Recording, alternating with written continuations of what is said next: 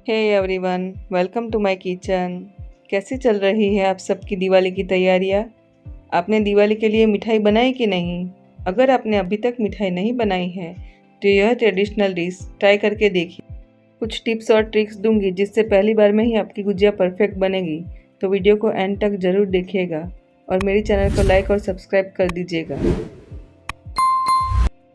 आज हम बिना खोया गुजिया बना रहे हैं, तो मैंने यहाँ बारीक वाली सूजी ली है, घी, बेसन, चॉप किए हुए थोड़े से आलमंड और श्रेडेड कोकोनट लिया है। थोड़ा सा इलायची पाउडर भी लिया है। तो चलिए रेसिपी स्टार्ट करते हैं। सबसे पहले एक पैन को गैस पे चढ़ाएंगे। मैंने यहाँ 200 ग्राम जितना शुद्ध देसी घी लिया है।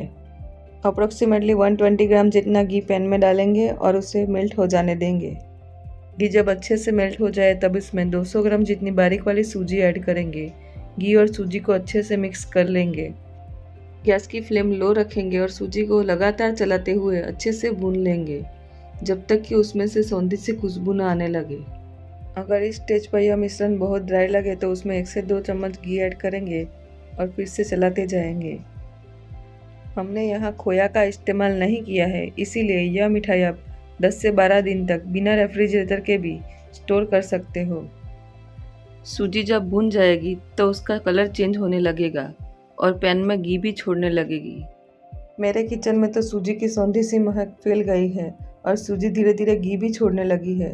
तो हमारी सूजी तो अब अच्छे से भून गई है, तो इसे हम एक बड़े से बर्तन में ट्रांसफ़र कर लेंगे और इसे ठंडा होने के लिए रख देंगे। मैंने यहाँ 200 ग्राम सूजी के सामने 3 टेबलस्पून जितना बेसन लिया है। अब उसी पैन में 2 से 3 चम्मच जितने घी को मेल्ट कर देंगे। जब घी मेल्ट हो जाए तब बेसन को उसमें छान लेंगे।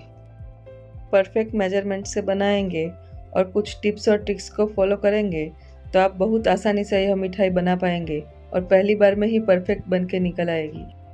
बेसन को हमेशा छान कर ही लीजिएगा, वरना उसमें लम्स हो जाते हैं और फिर हमारा काम बढ़ जाता है। लो फ्लेम पर बेसन को भून लेंगे। बेसन अब भुनने लगा है तो हल्का हो गया है। इस तरह से दिखने लगे और थोड़ा सा कलर चेंज होने लगे तब गैस की आंच को बंद कर देंगे। बेसन को भी उसी बर्तन में ठंडा होने के लिए रख देंगे। जब तक गुजिया की फिलिंग ठंडी हो रही है तब तक हम आगे की प्रोसेस करेंगे। गुजिया का आउटर लेयर बनाने के लिए मैंने यहाँ 1.5 कप जितना मैदा लिया हुआ है। मैदे में 2 से 3 चम्मच भरकर घी डालेंगे। मोयन को अच्छे से मैदे में मिक्स कर लेंगे जिससे आउटर लेयर एकदम खस्ता और मुंह में घुल जाने वाला बने। अब थोड़ा थोड़ा करके पानी ऐड करते जाएंगे और मीडियम टाइट सा डो तैयार कर लेंगे। अगर आपने मेरी गारी की रेसिपी फॉलो की है तो बिल्कुल वैसा ही डो बनाना है। डो परफेक्ट होगा तो आपकी गुजिया कभी भी फटेगी नहीं और उसका आउटर लेयर सॉफ्ट और खस्ता बनेगा। देखिए, मैंने थोड़ा थोड़ा करके पानी डाल के मीडियम टाइट सा डो तैयार कर लिया है। डो को ढककर 10 मिनट के लिए छोड़ देंगे। अब हम गुजिया की स्टफिंग तैयार कर लेंगे। सूजी और बेसन तो अच्छे से ठंडा हो गया है। आप देख सकते हैं उसका टेक्सचर किस तरह का हो गया है। स्टफिंग बिल्कुल ही ठंडा होना चाहिए, वरना उसमें चीनी ऐड करने से वह गीला हो जाएगा और फिर आपकी गुजिया अच्छे से स्टफ़ नहीं हो पाएगी। अब इस मिश्रण में 180 ग्राम जितना पाउडर शुगर, 1/4 कप जितना श्रेडेड कोकोनट, 1/4 कप जितना चॉप किया हुआ आलमंड और 1/4 टीस्पून जितना इलायची पाउडर मिलाएंगे। आप अपनी पसंद के कोई भी ड्राई फ्रूट्स इसमें ऐड कर सकते हैं, लेकिन ड्राई फ्रूट्स को थोड़ा सा बारीक चॉप करके ऐड करेंगे ताकि गुजिया स्टफ़ करते वक्त हमें परेशानी ना हो। स्टफिंग को हाथ की मदद से अच्छे से मिला लेंगे। अगर इस स्टेज पर आपको स्टफिंग ज़्यादा ड्राई लगे तो उसमें 1 से 2 चम्मच जितना मेल्टेड घी ऐड कर दीजिएगा। अब स्टफिंग में से थोड़ा सा पोर्शन लेंगे और इसे इस तरह से ओवल शेप देते जाएंगे। सभी स्टफिंग को इस तरह से ओवल शेप में तैयार कर लेंगे। हमारे यहाँ इस मिठाई को घूघरा भी कहते हैं। आपके यहाँ किस नाम से पुकारते हैं मुझे ज़रूर बताइएगा। अगर आपको मेरी रेसिपी पसंद आ रही है तो लाइक, शेयर और सब्सक्राइब ज़रूर कर दीजिएगा।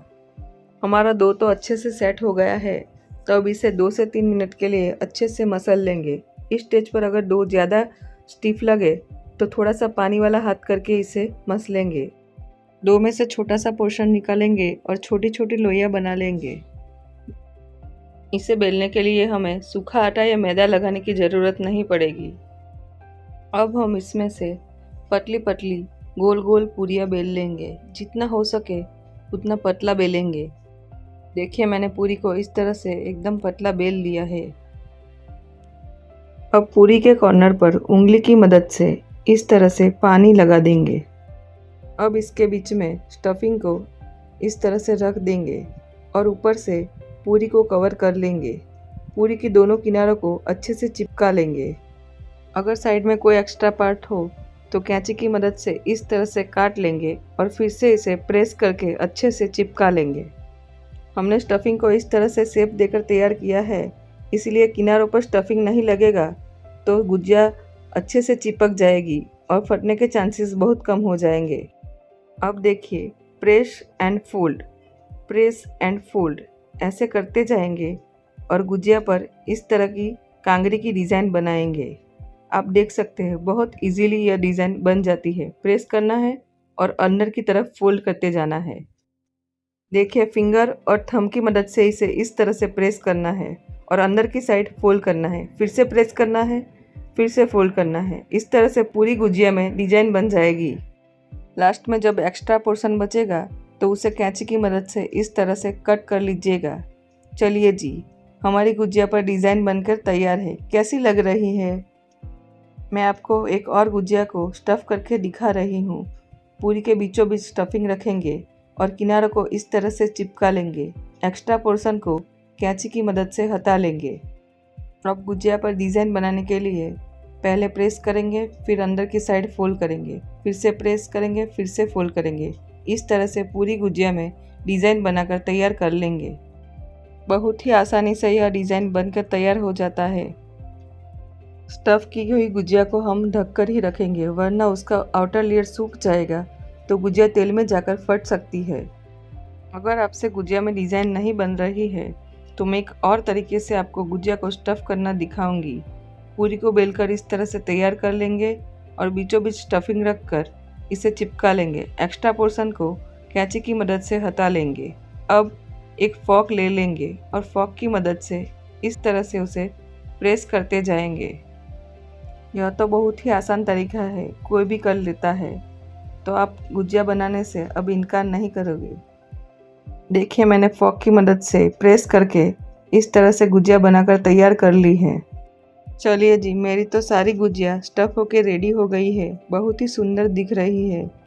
मैंने एक तरफ ऑयल को गर्म होने के लिए रख दिया था, तो अब हम सारी ही गुजिया को ऑयल में फ्राई करके तैयार कर लेंगे। आप चाहो तो ऑयल की जगह घी में भी फ्राई कर सकते हो।